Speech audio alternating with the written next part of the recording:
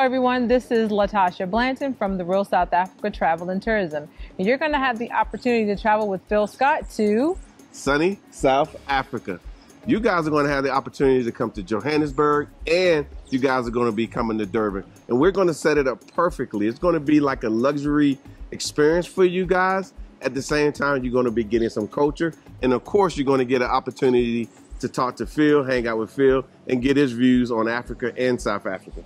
You're also going to get an opportunity to explore the lifestyles here that are available in South Africa. And we're going to do all that for you in an amazing 10 days. We do hope that you go to the website and book, because we do look forward to seeing you here. Absolutely. Our website is therealsouthafrica.com. Go there, scroll down. You'll see a picture of Phil, and just go ahead and book there. So we'll see you here in what we like to call sunny South Africa.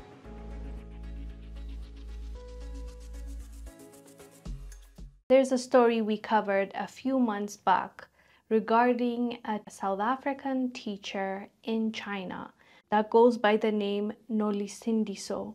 She was hurt by her HR manager at school, and she was scared for her life. She was all over the news because of what happened to her. Apparently, even though she called the police were not able to help her. She had to flee, she had to run away. Hello, my name is Nolusindiso. I'm from South Africa. I'm currently based in Shanghai, China, and I work as a kindergarten teacher. On Wednesday, August 23rd, during a disagreement, the HR manager at my job, a guy, punched me on my face. After he punched me and I was screaming, trying to get out of his office, he pushed me down on the couch, telling me that I needed to sit down. I screamed and I was trying to get my phone so I can take pictures and videos of what was happening. Instead, he grabbed my phone and said he didn't have my phone anymore. I don't know how I got out of the office, but somehow I got out, and I was running in the passage of this kindergarten trying to get help. There were various women there. All of them just watched and did nothing. I managed to run to the stairs, but by the time I got to the stairs, he was already there, and he was preventing me from going past him. I was screaming, but he was pulling me, preventing me from leaving. I don't know what came to my head, but I thought about a different exit, and I ran towards the different exit, but he was chasing me. And during the time that he was chasing me, he was singing a song, humming a song, as though to distract me in case so that I can fall and he can catch me. I managed to get out of the building, and there was another lady outside the building shouting for the securities officers to close the gate so I wouldn't get out. But what happened is the security officer made a mistake. Instead of closing the gate, he opened the gate, and then I ran, managing to get out. By the time I got out, I had no shoes on, no socks on. They had taken my phone. I had no bag on. It was just me and nothing on my hands. I didn't know what to do, so I started walking on the streets, and I came across a young Chinese lady. Asked her if she spoke English, and she said yes. I asked her to call the cops. She called the cops arrived, and we went back to the kindergarten. When we arrived at the kindergarten, they had gathered everything that belonged to me in the table, telling me that the reason why they were preventing me from leaving is because they wanted me to calm down so they can call the cops to resolve the issue, despite the fact that I wasn't feeling safe, and that is why I wanted to run away. Then the guy who had punched me told the cops that he did not punch me, that I hit my eye on the couch. I asked them to release the CCTV footage of the building while I was running, and they said they don't have it. We went to the police station. At the police station, the vice principal who saw everything happen said that she didn't see anything, and that when this guy might have hit me, she was on the phone, so she didn't see anything.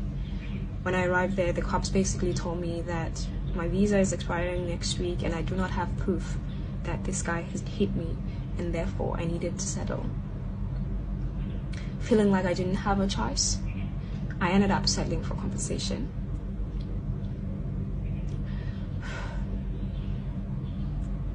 I'm making this video because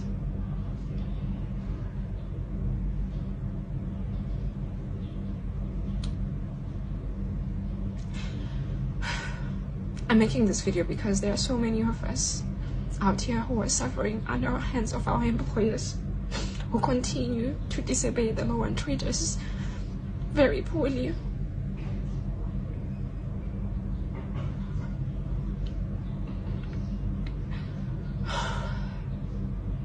And I'm also making this video because I feel very powerless in this situation. They told me that if I talk to anybody or go to the media about the situation, then they would sue me and I would have to go to jail or get deported. They also threatened to put me on some teachers' blacklist in China so that I would never get a job in China. They also refused to give me any documents that would allow me to work anywhere else in China during this moment. But I'm not okay with just keeping quiet and pretending like this is okay and nothing happened. And I hope if you're seeing this video, you pass it to as many people as possible so that people know that this happened to me. Well, she is back in South Africa after 4 years. She said she went back home and she surprised her family. You can only imagine how stressed her family have been all this time because of what she had to go through in a foreign land that doesn't seem to care about what happens to her. But now she is back to her country, and I'm pretty sure her family is very pleased to have her back safe and sound. I am getting emotional because today I get to fly out. Today is Wednesday, November 29th, 2023, and I'm flying home. Sadly, it's going to take me 2 days to reach my little hometown, and so on Friday, I'll get to see my mom and my dad and my grandparents for the first time in almost 4 years.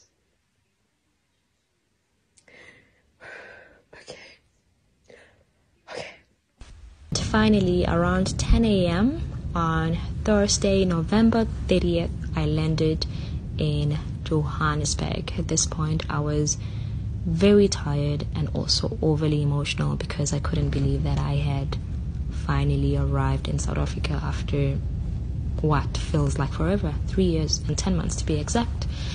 So when I landed, I was so emotional. I just couldn't believe it. I was just so happy to see everybody, including the strangers. Even though this turned out well for her and her family, this rarely happens for other Africans that travel to the Middle East, to China, to Europe in search of a better life. They don't make it back home. Even the ones that make it back home, they've gone through so much trauma that they don't even know how to socialize anymore. They don't even remember how things were back home. The stories that we've heard, and we've covered a few of them, is just so sad and so disheartening. And mostly it goes back to our governments. Whenever anything happens to us on a foreign land, it's like we're on our own. No one cares, no one asks about us, no one follows up with the case. Even when they go to the embassies, to their respective embassies, and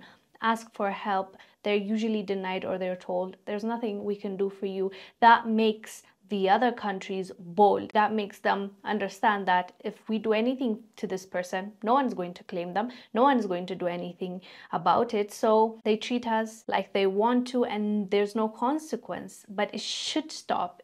Things need to change. This cannot continue, because we deserve a fair chance at a life like anybody else. We deserve to be treated like any other employee. This lady being hit in a school, whereas if it was another lady, another national, or even a Chinese, a local, would that have happened?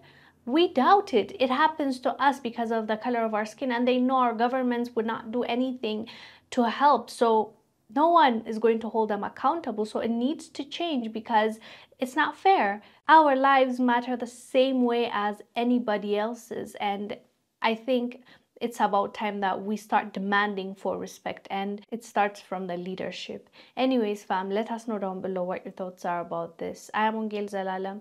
I'll see you on the next one. Bye.